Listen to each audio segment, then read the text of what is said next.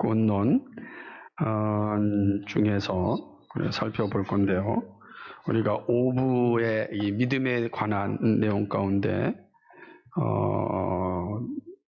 믿음의 요소에 대해서 우리가 지난주 살펴보았다고 한다면 가장 이제 논란이 될 수 있는 부분이기도 하고 또 우리가 바르게 이해해야 하는 그런 부분인 이 믿음과 행함의 문제에 대해서 좀 생각해 보고자 합니다.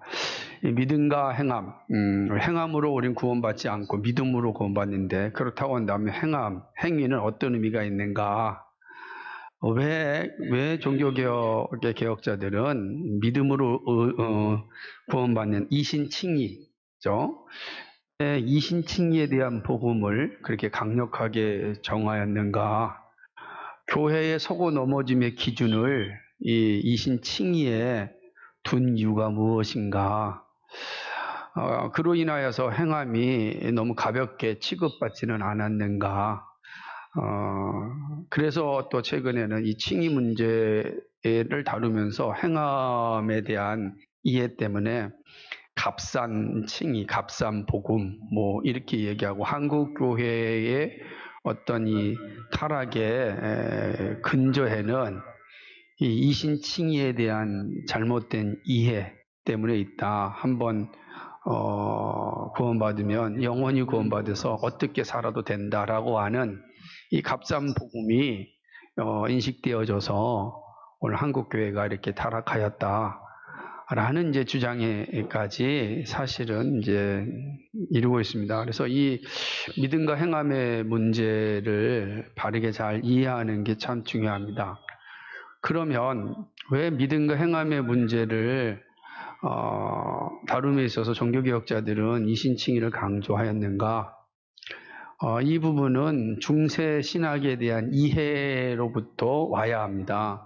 그래서 중세 신학이 어떠한 관점을 가지고 있었는지 그걸 바르게 이해해야만 종교개혁자들의 그 강조점을 이해할 수 있고 그것이 오늘날 우리에게 어떤 의미가 있는지를 이제 알 수 있게 합니다. 그래서 오늘 공부는 상당히 신학적인 어떤 토론이 될 수 있고 또 논의가 될 수 있는 부분이다 이렇게 생각을 하는 것입니다. 종교개혁의 정신을 가진 교회 외에는 사실은 이 이신칭의에 대한 교리를 가르쳐 주지 않습니다. 문제는 이제 종교개혁의 흐름 속에 있음에도 불구하고 개신교죠. 개신교의 흐름에 있음에도 불구하고 나중에 이제 17세기에 나타난 알미니안주의자들 때문에 이 이신칭의 문제가 또 혼돈을 겪습니다. 최근에는 이제 이 알미니안 계통의 교회들, 특별히 순복음이라든지 혹은 감리교 계통이라든지 이런 쪽은 이신칭의의 신앙보다는 이 믿음으로만 구원받는다는 이 사실을 잘 가르쳐주고 있지 않다라고 하는 것이죠. 그러면 왜 그럴까 생각할 때 이 알미니안주의를 또 격파, 특히 칼빈주의가 철저하게 반대를 하였거든요. 그걸 이단으로 정죄를 합니다. 돌트 신경, 돌트 회의에서 알미니안 계통의 이제 이 신앙에 있어서는 분명하게 칼빈주의 5대 교회를 정하면서 알미니안주의자들을 이제 이단으로 정죄하게 되죠. 거기 나중에 이제 웨슬리로 말미암아 이루어진 이 알미니안주의를 따르는 사람들, 알미니안주의의 모든 것을 따르지 않지만 그 중에 있어서 이제 변형된 알미니안주의 또는 변형된 칼빈주의, 변형된 개혁파시나 이렇게 말할 수 있는데 이들에게 있어서는 이신칭의에 있어서 강조가 되지 않는 것을 보게 되는 것입니다. 오히려 이제 믿음에다 선행을 더하여 완전 성화를 이루어서 의롭다함을 얻는다라는 사실을 가르치죠. 완전 성화를 이제 가르치죠. 완전 성화에 대해서 앞으로 자세하게 살펴볼 텐데 구원은 완전 성화를 통해서 이루어진다 이렇게 생각합니다. 우리가 완전히 거룩해진 것이 구원이다 이렇게 보는 것이죠. 그래서 하나님이 구원을 이루셨어도 그 구원이 내 것이 되기 위해서는 내가 선행을 행하여 공적을 쌓아야 된다. 그러니까 자, 하나님께서 우리에게 구원이라고 하는 은혜의 선물을 주셨어요. 근데 그것이 주신 것이 내 것이 되기 위해서는 주셨는데 내가 안 받으면 내 게 아니잖아요. 그죠? 그러니까 내 것으로 받아야 되죠. 선물을 줬는데 안 받으면 내 게 아니다. 이렇게 생각하는 거예요. 그래서 받는 게 뭐냐? 받는 게 그게 바로 행함이다 보는 거예요. 근데 우리는 지난주에 볼 때 받는 게 뭐라 그랬어요? 받는 손이? 믿음이라 그랬잖아요. 아이, 받는 손을 믿음이라고 봤는데, 이 행함을 강조하는 사람 입장에서 받는 손이 뭐다? 행함이다. 이렇게 보는 거예요. 여러분이 잘 이해하고 있어야 됩니다. 이게 되게, 의미심장한 구분점이 되기 때문에 그런 것입니다. 근데 이런 가르침이 어디에 있었냐? 중세에 있었다라는 거죠. 중세 신학에서는 이런 어떤 믿음 플러스 선행을 이제 강조한 겁니다. 선행이 없이서는 구원에 이를 수가 없는 겁니다. 그래서 구원에 이르기 위해서 선행을 돈으로 사기도 했지 않습니까? 그죠? 돈으로 사기도 하는 거예요. 그러니까 이런 것들이 중세 사회의 아주 큰 문제였고, 이게 마지막 순간까지 가봐야 하는 거예요. 선행이 하나님께 만족하는 순간이 언젠지 모르잖아요. 그러니까 마지막 순간까지 구원해야 되는 확신이 없고 늘 불안하게 살아가는 거고, 그러다 보면은 누구에게 의지해야 됩니까? 신부에게 의지해야 되는 거죠. 고해성사를 통해서 죄사함을 받고, 그리고 죄사함을 줄 때는 단지 이름으로 죄사하였다 그런 게 아니에요. 죄사함을 받는 행위를 주는 거예요. 그래서 뭐 가벼운 것은 주기도문 12번의 의기. 아주 심한 죄는 어떻게 되는 겁니까? 이게 예루살렘에 가서 골고다 언덕을 무릎으로 걸어가야 되는 거예요. 뭐 이런 죄까지 아주 이 죄 용서에 대한 이 매뉴얼이 엄청난 거거든요. 그러니까 늘 불안한 거죠. 늘 불안할 수밖에 없는 구조가 되는 것이죠. 종교개혁은 이러한 중세 신앙의 부조리함을 깨트린 겁니다.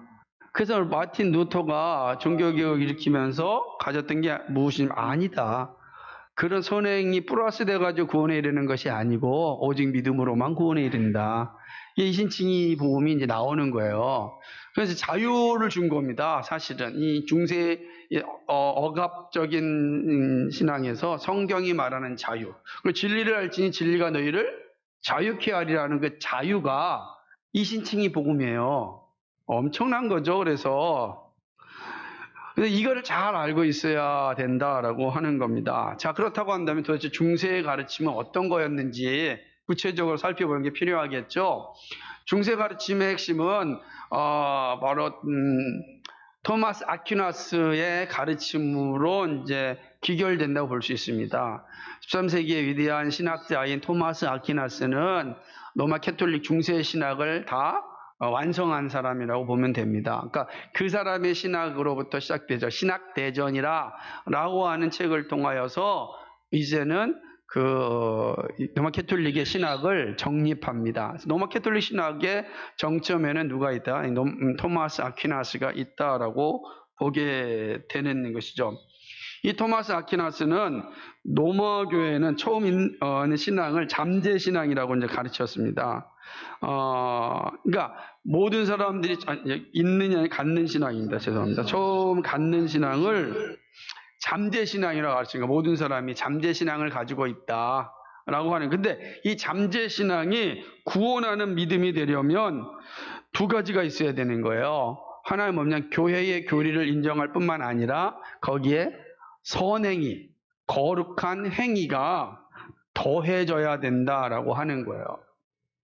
그러니까 선행이 더하여지지 않고서는 우리는 어떻게 되는 겁니까? 이 구원하는 믿음이 되지 못하는 거예요. 단지 그냥 잠재 신앙 안에만 머물러 있게 된다. 생각하는 것입니다. 이게 이제 토마스 아퀴나스 핵심적인 가르침이에요. 그럼 이 가르침의 핵심적인 내용들이 무엇인지를 생각해 봅시다. 토마스 아퀴나스는 믿음을 어떻게 생각하냐면 진리에 대해 찬동, 진리에 대해 동의하는 거다. 그러니까 믿음은 그 진리에 대해서 동의한다. 그게 믿음이다라고 이렇게 보는 겁니다. 자, 우리 잘 믿음의 3요소 생각하면서 들어보셔야 돼요. 그러니까 여러분, 내가 그 진리를 동의하는 거, 그것이 이제 믿음이라고 이제 이 토마스 아퀴나스는 가르쳤습니다. 진리에 대한 지적 동의를 정의하는 거죠. 물론 이제 믿음의 일차적 진리는 하나님 자신이죠. 그러니까 하나님 자신에 동의하는 게 바로 믿음이다라고 보는 것이죠. 근데 문제는 뭐냐면은 이 믿음이 확실한 것이 못 되어서 그러니까 동의하는 게 확실한 게 못 되어서 어떤 지식과 의견의 중간에 있다. 그러니까 내가 그 하나님 아는 지식과 그 다음에 뭐죠? 내가 하나님 안다고 하는 의견의 이 중간쯤에 있는 게 동의다. 이렇게 생각을 하는 거예요.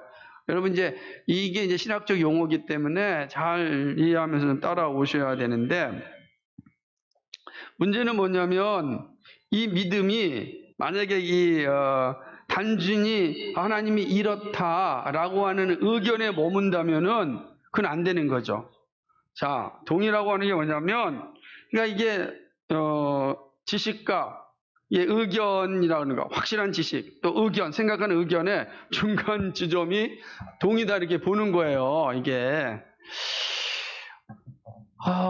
아퀴나스 이제 생각하는 거죠. 그래서 뭐라고 얘기냐면, 만약에 이게 단지 의견에만 머물면 안 되기 때문에 의견의 수준을 넘어서 확실한 믿음이 되려면 그 지식에 대하여서 동의가 있어야 된다는 거예요. 단순히 의견만 가지고 있으면 안 되고 동의가 있어야 된다. 난 그렇다라고 찬동한다, 동의한다라고 하는 것입니다. 그것이 이제 믿음이라는 거예요.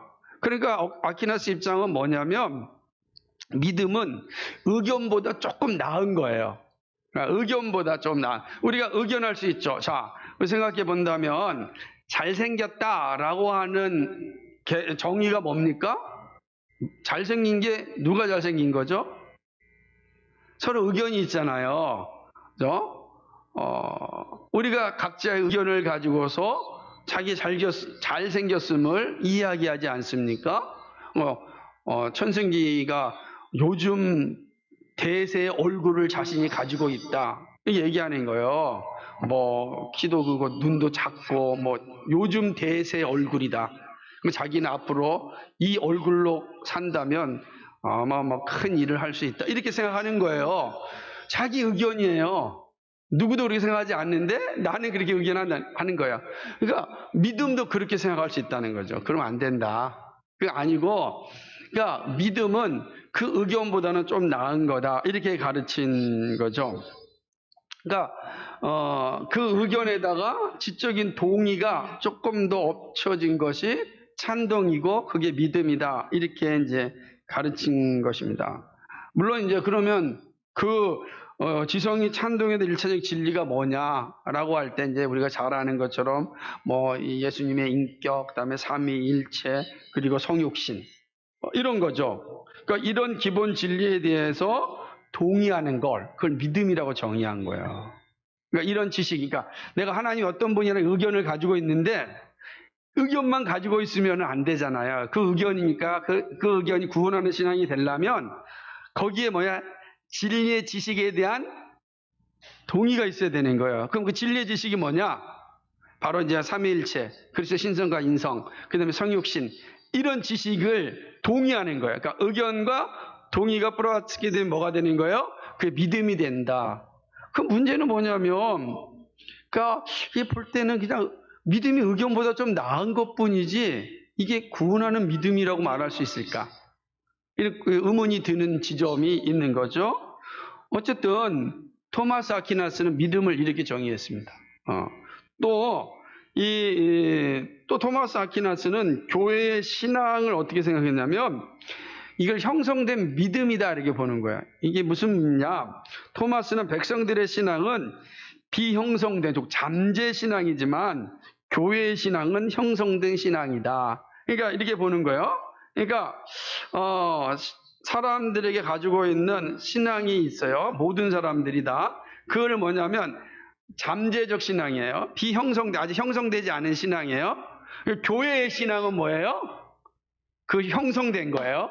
잠재적인 것이 실제로 나타난 신앙이 된 거죠. 그래서 두 가지를 보는 거야. 비형성된 거, 잠재적인 거, 하나 형성된 거. 실현된 신앙으로, 구원하는 신앙으로 이제 보게 되는 거죠. 그러니까 이 아퀴나스가 교회의 신앙이 형성된 신앙이라고 부르는 이유가 뭘까? 왜 교회의 신앙은 잠재적 신앙이 아니라, 비형성된 신앙이 아니라 형성된 신앙이라고 말하는 걸까? 여기 이제 세 가지가 있는데 참 재밌습니다. 아퀴나스 생각이에요. 뭐냐면 첫째로 교회는 성령과 진리의 영에 지배를 받음으로 오류를 범할 수 없다. 그러는 거예요. 더구나 교리는 보편교회의 권위에 의해서 편집되었다. 그러니까 교회는 진리의 영의 지배를 받고 있다. 그리고 진리의 영을 지배받는 교회가 교리를 세웠다. 그러므로 이 교회의 신앙만이 형성된 신앙이다. 구원에 이르는 신앙이다라고 이야기하는 거죠. 특별히 이 일은 교회의 고위 성직자들과 신학자들이 하는 작업이다. 하나님께 특별히 그 일을 하기 위하여서 성직자들과 신학자들을 세웠다. 그러니까 로마 캐톨릭에는 성직자와 다른 부류를 평신도라 그래요. 성직자와 다른 걸 평신도라고 그들은 가르쳤어요. 평신도들은 고위 성직자와 신학자들이 하는 것에 따르기만 하면 된다라고 하는 것입니다. 그러니까 무슨 말이냐면, 자, 이렇게 보면은 아퀴나스 입장이 참 희한한 거예요. 그러니까 교회 신앙이 구원하는 신앙이라 할 때는 교회 성직자들과 그 다음에 신학자들이 잘 연구해서 교리를 만들었기 때문에 그 교리를 믿으면 구원에 이른다 이렇게 보는 거예요. 그러니까 여기는 복음 선포와 관계가 없는 겁니다. 그렇죠? 복음 선포로 말미암아 성령께서 역사함으로 우리 안에 구원이 이루어진다라고 생각하지 않고 사람들이 부지런히 연구하여서 만들어낸 것을 믿으면 구원에 이른다 이렇게 가르치는 거죠.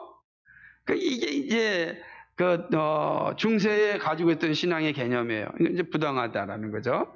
또 두 번째는 뭐냐면 모든 신경들은 동일한 믿음의 진리를 가르친다고 보는 것입니다. 그렇죠? 모든 진리.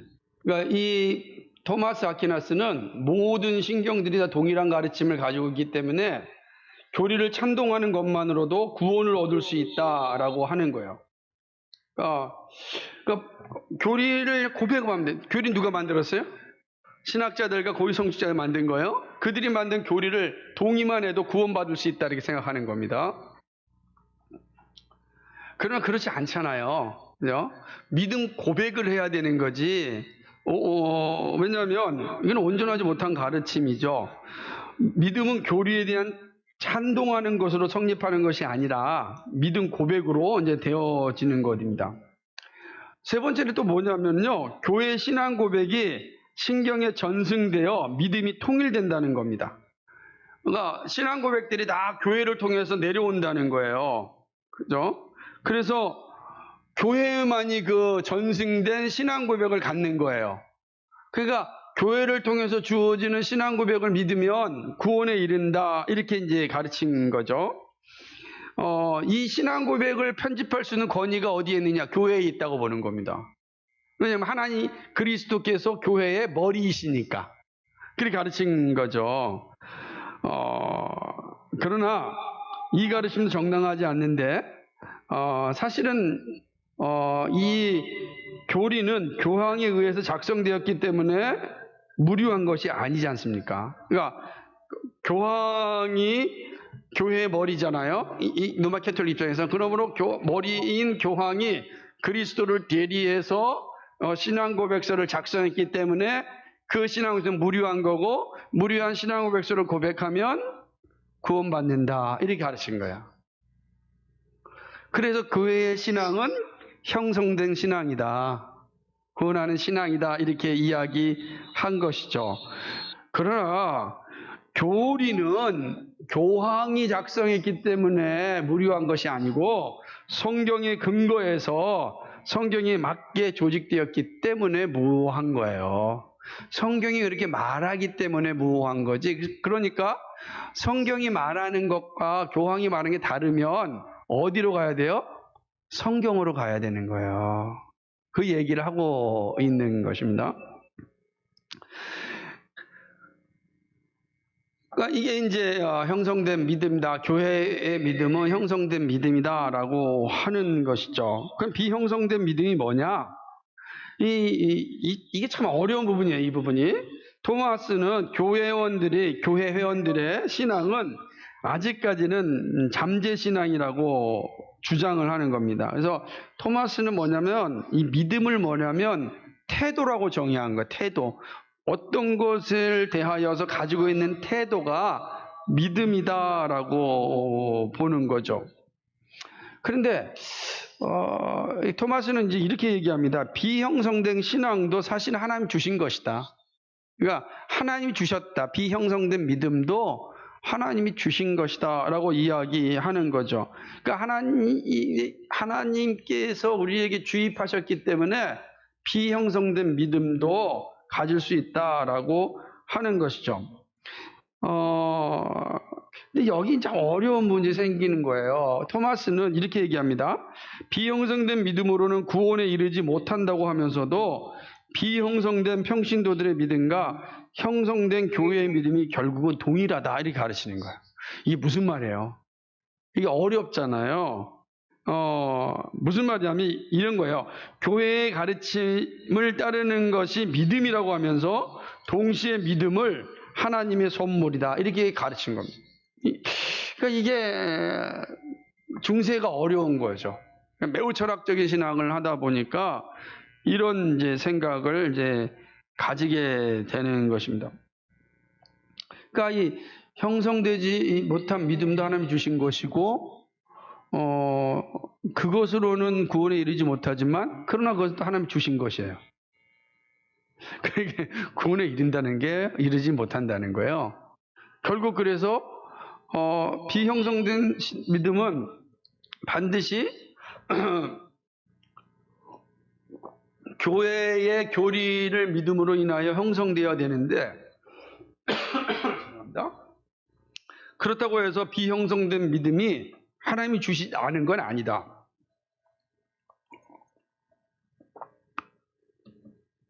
이렇게 가르치고 있다는 거죠. 그러니까 중세 신앙인데 되게 어렵고 힘든 상황이 이제 주어지게 된 것이죠. 또한 믿음은 찬동으로 사고하는 것이라고 또 이렇게 가르칩니다. 그러니까 믿음은 동의하는 거예요. 찬동으로 사고하는 것이죠. 사고하는 것은 지성의 심사숙고라고 이제 말하는 거예요. 그러니까 우리가 어떤 진리에 대해서 심사숙고하는 거, 그거를 동의한다고 보는 거예요. 동의 자체가 어떤 내용에 대해 깊이 생각하는 거예요. 그리고 이렇게 깊이 생각하는 것이 형성된 믿음이다. 그러니까 형성된 믿음만이 이렇게 깊이 생각할 수 있다고 보는 거예요. 이해가 되죠? 그게 가르치는 겁니다. 문제는 이 가르침에 의하면 지성으로 교리를 확실하게 사고할 수 없는 사람들. 그죠? 그럴 수 있잖아요. 이제 만약 토마스 아퀴나스에 따르면 책 읽기 싫어하는 사람들. 그죠? 이게 눈이 마주쳤다고 너를 얘기하는 거 아니고, 그렇지 않아. 책 읽기 싫어하는 사람들. 그죠? 또 생각하기 싫어하는 사람들. 대충 살고 싶어 하는 사람들. 인생 뭐 있어? 이렇게 생각하는 사람들은 형성된 믿음을 가질 수 없다는 거예요. 그 비형성된 믿음이라는 것. 물론 그것이 하나님이 주신 것이지만 그 구원에 대해 확실할 수 없다는 겁니다. 그러니까 깊이 생각하는 사람들, 책 읽기를 좋아하고 말씀 묵상하기를 좋아하고 그래서 이런 사람들 많이 이제 형성된 믿음을 가질 수 있다라고 가르친 겁니다. 그러면 이제 여러분 이걸 잘 따라오셔야 돼요. 그래야지 이제 왜 루터가 이신칭의를 가르쳤는지 이해하게 된단 말이에요. 자, 보는 겁니다. 또 아퀴나스는 이 명시적 신앙을 이제 가르쳤습니다. 그러니까 그리스도의 성육신을 아는 것이 명시적 신앙이다. 이렇게 이게 다 신학적 용어를 만든 거기 때문에 그런 겁니다.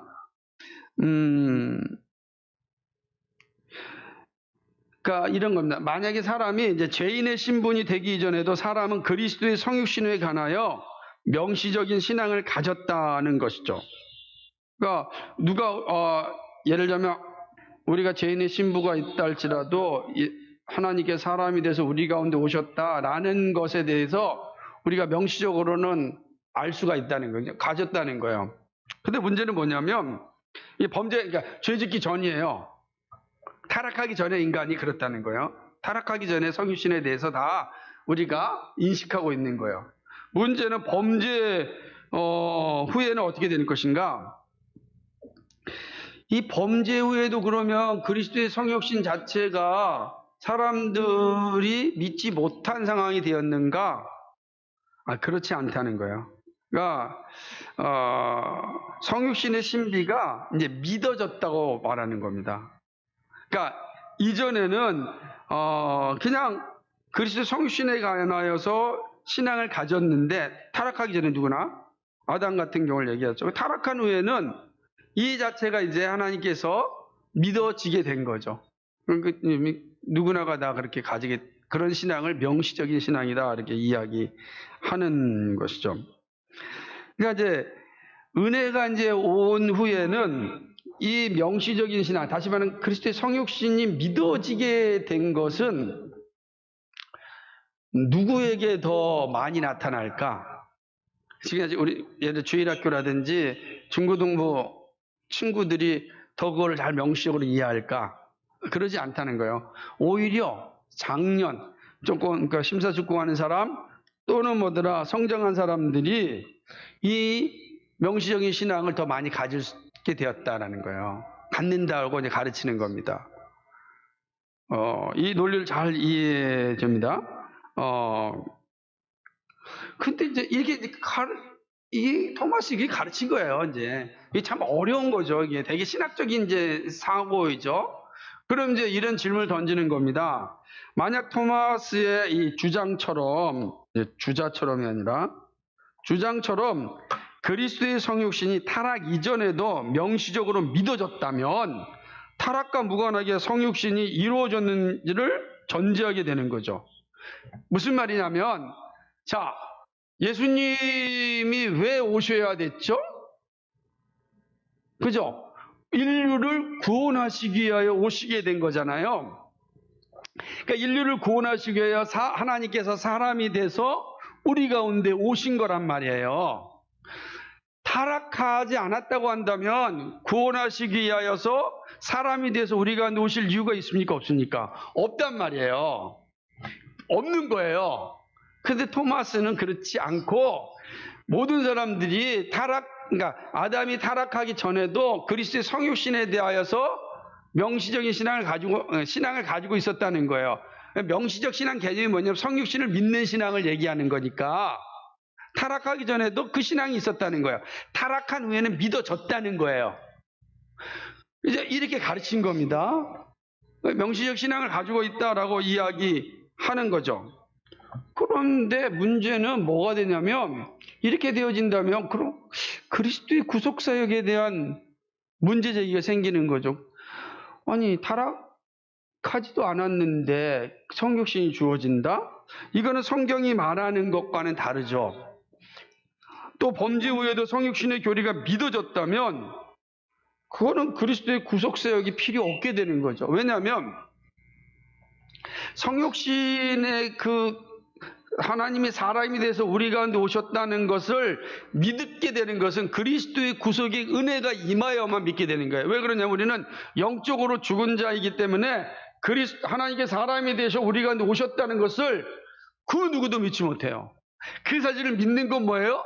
구원받은 거예요. 그러니까 구원받은 자만이 성육신의 교리를 받아들인단 말이에요. 근데 토마스 아퀴나스는 그러지 않고 타락하기 전에는 그리스도 성육신이 믿어졌은 거고 타락하고 이후에는 믿어졌다고 보는 거예요. 그 얘기하는 거죠.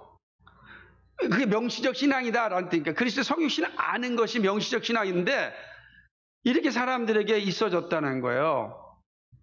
이렇게 되면 이제 예수님의 이 구원 사역 자체가 매우 어려워지게 되는 거죠. 뭐하러 예수님이 오셔서 사람이 되셔 오셔야 됩니까? 오실 이유가 없게 되는 거죠. 그러니까 예수님이 구속사역이 이루어지지 않았어도 구속사역을 믿지 않아도 성육신 교리만 믿으면 명시적 신앙이 되는 거예요. 믿으면 되는 거예요. 자, 무슨 말인지 아시겠어요? 그러니까 명시적 신앙이 구원 얻는 신앙이다. 명확한 신앙이니까. 근데 문제는 뭐냐면 그 명시적 신앙이 성육신을 믿는 게 명시적 신앙이라는 거예요. 성육신을 믿는 게. 근데 토마스는 제가 반복해 설명하는 것은 타락하기 전에도 믿었고 타락한 후에도 믿어졌다는 거예요. 성경이 가르치니까 이게 위배가 되는 상황이 주어지게 되는 거죠. 예수님이 꼭 구속사역을 해야 될 이유가 있을까요? 없다는 것입니다. 이 상황을 이야기하는 것이죠. 토마스 아퀴나스는 그러니까 비형성된 신앙, 그 잠재 신앙에 대해서 이야기하기를 이 불완전한 믿음을 이제 앞서 말씀드렸듯이 잠재 신앙이다라고 하는 거죠. 그러니까 이 비형성된 믿음이 이제 형성된 믿음이 된다라고 이제 보는 거예요. 저는 여기서 이제 참 어려운 문제가 사실 우리가 뭐 이 위대한 신학자의 이야기를 온전히 다 이해할 수는 없지만 이제 그들이 아퀴나스가 이야기한 내용들이 왜 문제가 되는지만 이제 말씀드리고 있는 거예요. 형성된 믿음이나 비형성된 믿음이나 믿음의 본질은 바뀌지 않고 다만 믿음의 주체, 그 영혼만이 바뀐다 보는 거예요. 그러니까 우리는 분명히 비형성된 믿음은 아직 잠재적 신앙이고 이거는 구원의 확신이 없는 신앙인데 그러나 사실은 그 신앙도 형성된 믿음과 같다라고 이야기하는 거예요. 아퀴나스는 계속해서. 왜냐하면 형성된 믿음이나 비형성된 믿음이나 본질은 다르지 않다. 믿음의 주체, 즉 영혼만이 바뀐다라고 하는 것이죠. 그래서 우리가 비형성된 믿음을 가지고 있다 할지라도 형성된 믿음이 오면 비형성된 믿음이 떨어져 나가고 우리 안에는 형성된 믿음만 생긴다. 구원하는 신앙이 생긴다는 거예요. 그러니까 좀 더 생각하면 잠재적인 신앙이 있었는데 잠재적인 신앙이 누구나 가지고 있는 거예요. 신앙. 그러니까 내 안에 그것이 믿음이라고 딱 그림이 나타나지 않다 할지라도 내 안에 그림자로 다 갖고 있다고 보는 거예요. 그런데 이 그림자는 실체가 오면 사라지잖아요. 근데 그림자도 사실 실체와 같다는 거예요. 실체가 오지 않았기 때문에 그림자가 있을 뿐이지 실체가 오면 그림자는 떨어져 나가고 실체가 그 자리에 있겠죠. 그렇지 않겠어요? 그러니까 그럼 잠재적 신앙과 실체적 신앙이 같은 거예요? 다른 거예요? 어거스틴은 같다라고 보는 거예요. 이게 사실은 이 그림자와 실체가 같은 거다라고 이야기하는 거예요. 그래서 실체가 딱 오면 그림자는 떠나지 않는, 그러니까 사라진다는 거예요. 그러니까 본질이 똑같은 거고 뭐만 다른 거예요? 이 주체만 다른 거예요. 그림자는 실체냐라고 하는. 이렇게 되는 거죠. 그래서 비형성된 신앙이 형성되어도 신앙의 본질은 이게 오타가 많죠. 바뀌지 않고 영혼만 바뀌는 것이라면, 그죠? 그렇다고 한다면 어거스틴처럼 얘기한다면 믿음이라고 하는 건 진리와 아무 관계가 없는 거죠. 믿음이라고 하는 것은 진리와 상관없이 영혼만 바뀌는 거라면 그러니까 우리가 진리에 대한 고백이 없어도 원래 우리 모두에게는 비형성된 믿음이 있었다는 거예요. 하나님이 주신 그 선물로 주셨다는 거예요. 근데 그것이 구원하는 신앙이 되려면 형성된 믿음이 된다는 거예요. 돼야 된다는 거예요. 그래서 하나님께서 형성된 믿음을 주면은 비형성된 믿음이 사라지고 형성된 믿음이 존재한다는, 구원하는 신앙이 된다는 거예요. 문제는 뭐냐면, 아니, 토마스 아퀴나스, 죄송해요. 어거스틴, 토마스 아퀴나스가 아니에요. 지금 다 토마스 아퀴나스 얘기입니다. 그러니까 문제는 진리의 문제와 상관이 없이, 진리의 문제와 아무 상관이 없이 본질은 바뀌지 않고 영혼만 바뀌는 거예요. 본질은 진리인데 진리는 바뀌지 않고 영혼만 바뀌었다. 그러니까 사실은 믿음은 진리와 아무 관계가 없는 거야. 우리는 진리, 다시 말하면 진리가 우리를 자유케 하는 것이지, 그렇게 성경은 말하는데 아퀴나스는 그렇게 가르치지 않는 거죠. 자, 여기까지가 이제 잘 이해하셔야 됩니다. 그러니까 여기까지 좀 정리하면 이런 겁니다. 아퀴나스는 우리의 신앙에 두 가지가 있다. 하나는 뭐 잠재적 신앙, 아직 형성되지 않은 신앙이 있다. 또 하나는 뭐죠? 형성된 신앙이 있다. 이 잠재적 신앙이라는 건 비형성된, 형성된, 그러니까 모습으로 나타나지 않는 겁니다. 형성이라는 게 어떤 모양으로 생각하면 돼요. 그러니까 형태가 없는 건데 형태가 있는 거를 이제 표현할 때 쓰는 거예요. 그러니까 그런데 이 형성된 신앙은 어디서냐? 교회로부터 온다. 교회는 형성된 신앙이라 그 교리를 믿으면 형성된 신앙이 된다는 거야. 근데 모든 사람은 비형성된 신앙이 있어서 이 비형성된 것이 형성된 신앙이 되려면 교회의 가르침을 받아야 되는 거야. 근데 교회의 가르침은 누구에 의해서 주어진다? 성직자와 신학자들. 대표는 누구죠? 바로 교황이라는 거죠. 그러니까 성경에 관계없이 이제 거기에 주어지는 겁니다. 그런데 사실은 형성된 신앙이나 비형성된 신앙이 같은 거였다. 비형성된 것도 하나님이 주신 거였는데 아직 실체가 드러나지 않은 거다. 실체가 오면은 비형성된 신앙은 사라질 것이고 형성된 신앙이 나타날 것이다. 왜 그러냐면 비형성된 신앙이나 형성된 신앙이나 본질은 똑같다. 영혼만 다를 뿐이다. 영혼의 교체만 있을 뿐이다. 라고 하는 거예요. 죽은 영혼이냐 산 영혼이냐 막 바뀌는 거예요. 그러니까 차이가 없다. 이렇게 보는 겁니다. 그러니까 거기에 지금 얘기할 때마다 말씀, 특별히 진리에 대한 고백은 아무 의미가 없는 거죠. 그걸 갖게 되는 거죠. 그러고 난 다음에 토마스는 믿음은 그런 의미에서 공로적이다 라고 하는 거예요. 왜요? 자유의지에서 나왔기 때문에. 왜냐하면 내가 믿음을 찬동하는 거잖아요. 찬동하는 거, 동의하는 것은 나의 의지라고 보는 겁니다. 그러니까 그 믿음에 대해서 내가 동의하기 때문에, 그러니까 1차적인 진리에 대해서 내가 동의하는 거예요. 그러니까 아까 믿음은 동의하는 거다, 찬동하는 거다. 왜냐? 믿음이라고 하는 게 사실은 의견과 이 동의 중간에 있었는데 내가 그 의견에 딱 동의할 때 의견에서 머물지 않고 확실한 믿음이 된다. 이렇게 가르친 거예요.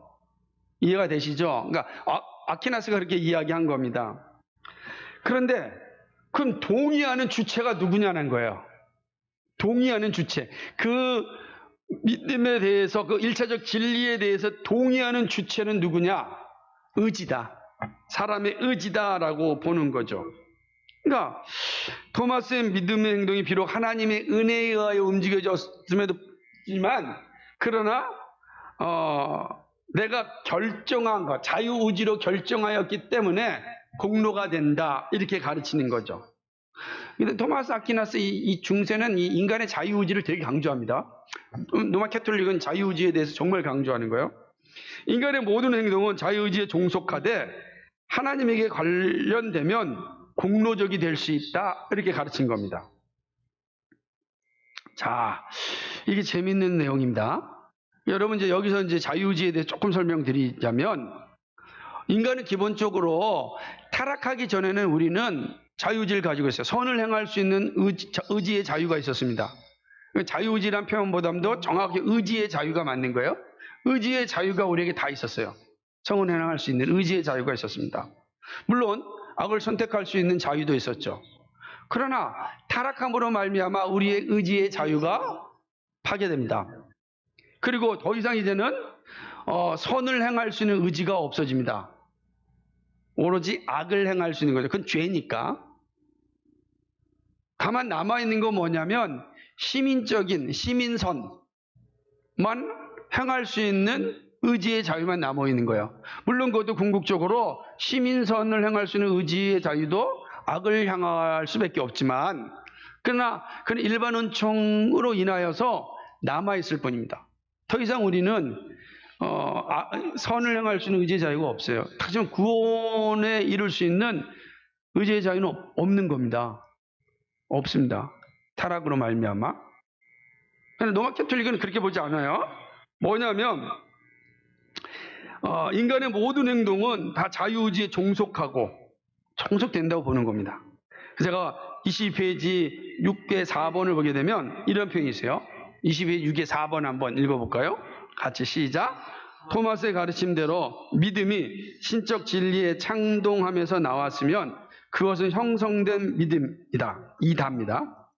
그리고 또 뭐죠? 그러나 찬동은 자유의지가 했으므로 공로가 된다. 여기에 요점은 믿음이 공로가 되는 것은 자유의지가 믿음의 행동을 일으켰기 때문이라는 것이다. 믿음이 이제 공로가 되는 거예요. 왜요? 자유의지가 믿음의 행동을 일으킨 거예요. 자, 내가 믿음의 행동을 누가 한 거냐? 자유의지가 한 거예요. 자유의지가 믿는다라고 동의한 거예요. 동의하지 않고서는 잠재적 신앙에 머물러 있는데 동의함으로 형성된 구원 얻는 신앙이 된 거예요. 누가 한 거예요? 의지가 했다는 거예요. 그러니까 의지가 했으므로 그 의지는 공로적이다 라고 이제 보는 거죠. 얘기하는 거죠. 근데 자, 여기 보면은 되게 재밌잖아요. 자, 보세요. 여기서 이제 참 이게 모순적인 가르침이 중세에 가르쳤는데, 우리가 앞서서 토마스 아퀴나스가 뭐라고 가르쳤냐면 잠재적 신앙, 비형성된 신앙도 하나님의 선물이라 이렇게 가르쳤잖아요. 그런데 갑자기 여기서 자유의지가 신적 진리를 찬동하면 공로가 된다 이렇게 가르치는 거예요. 아니, 앞에서 선물이라고 해놓고 또 자유의지가 이 진리에 대해 찬동해야 된다. 그래야만 우리의 신앙이 된다라고 또 가르치는 거예요. 앞엔 선물이라고 해놓고 비잠재적 신앙도 여기서는 선물이면 선물로 끝나야 되는데 또 여기서 이제 신적 진리를 동의해야 된다. 이게 얘기하는 거예요. 이 어려운 거죠. 그러니까 이제 이 중세 사람들은 되게 어려운 상황에 처해 있는 거 어떻게 해야 되죠?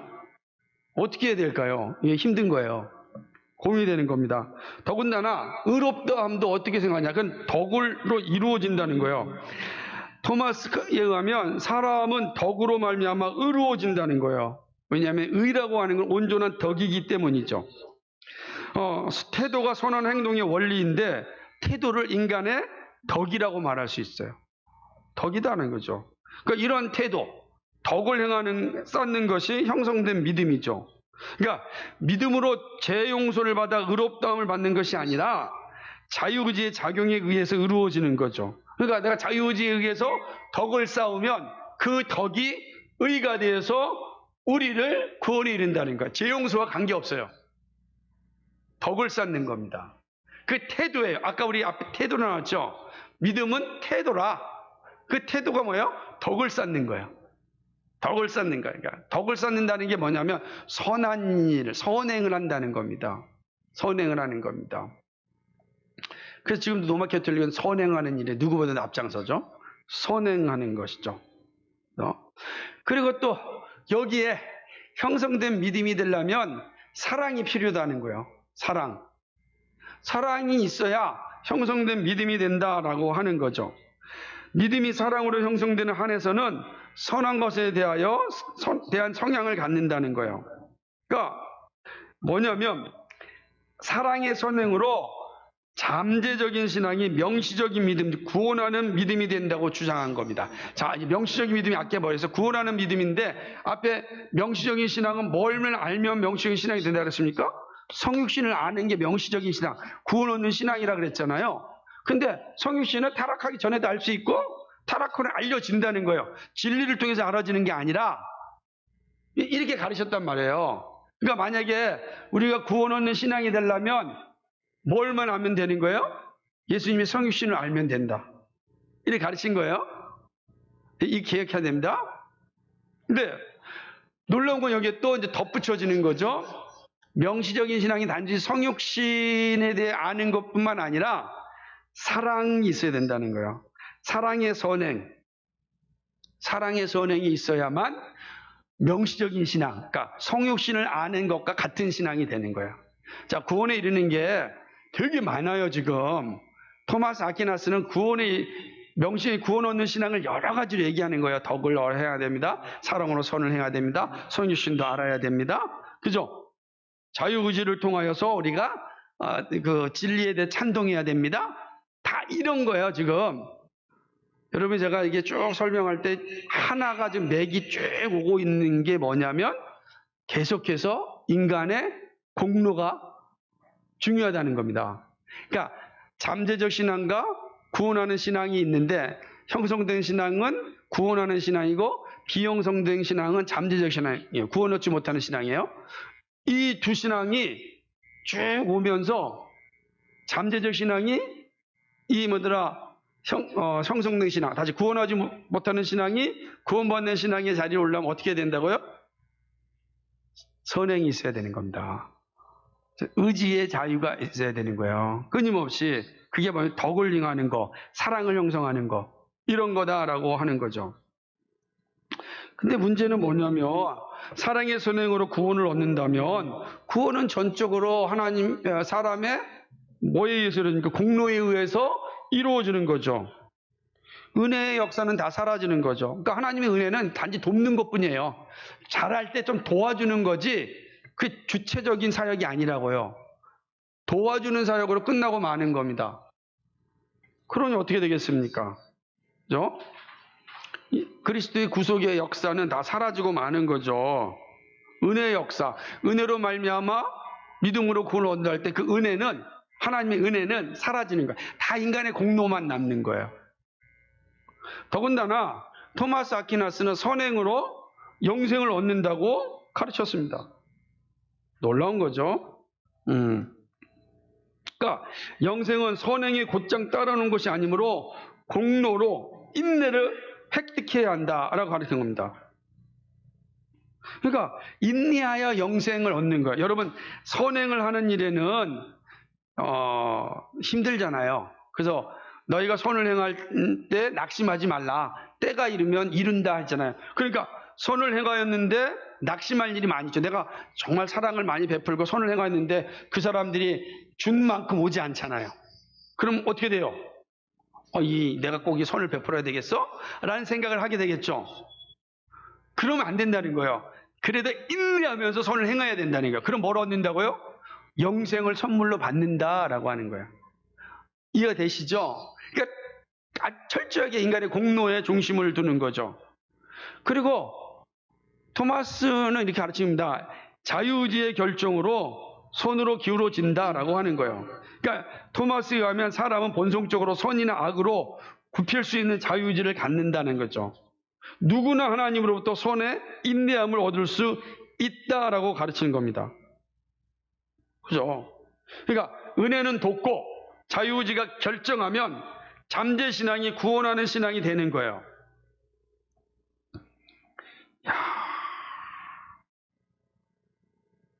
그런데 재밌는 거 뭐냐면 죄의 용서는 공로를 얻지 못한다는 거예요. 또 영생은 공로로 얻는데 죄 용서는 공로로 얻지 못해요. 그래서 어떻게 하죠? 고해성사를 해야 되는 거예요. 어제 이 사람들이 그렇게 가르치는다 하는 거죠. 자, 이게 중세신학의 핵심이었어요.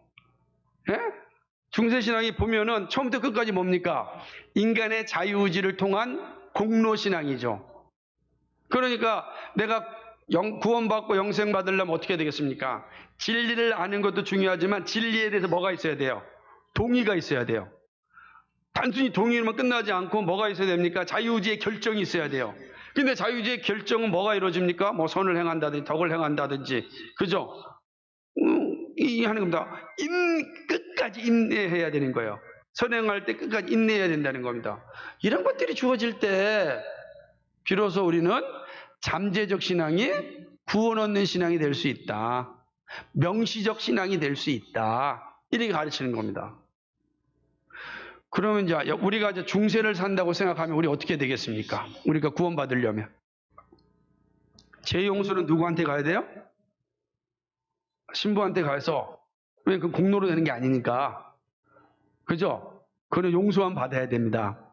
그러면 이제 구원받으려면 반드시 누구의 말을 들어야 됩니까? 교회 신앙을 따라야지만 되잖아요. 특별히 누구의 말을 들어야 됩니까?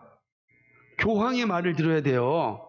왜냐하면 교회의 신앙은 형성된 신앙이요, 구원 얻는 신앙이요, 명시적 신앙이요, 그리고 그 신앙은 반드시 바른 교리를 고백함으로 얻는 거예요. 근데 그 교리를 누가 제정합니까? 교황이 제정해요. 그러니까 반드시 교황의 말을 따라야 돼요. 그러니까 교황의 말을 어기면 어떻게 되죠? 어떻게 되겠습니까? 구원의 자리에서 탈락되는 거예요. 그러니까 어떻게 교황에게 대해서 우리가 거부할 수 있겠습니까? 이렇게 되는 거죠? 이렇게 되는 겁니다. 그러니까 중세 신앙이 되려면 첫 번째 이렇게 되는 거예요. 철저하게 재용서는 신부한테 가고 교회에 철저히 복종해야 되죠. 그리고 뭐 해야 됩니까? 선을 행해야 돼요. 선을 행해야 되는 겁니다. 가난한 자들이 선을 행해야 되고, 교회를 세우는 선을 행해야 되고, 선을 행해야 돼요. 덕을 쌓아야 되는 거예요. 선을 쌓고 덕을 쌓아야 돼요. 한 번만 하면 안 돼요.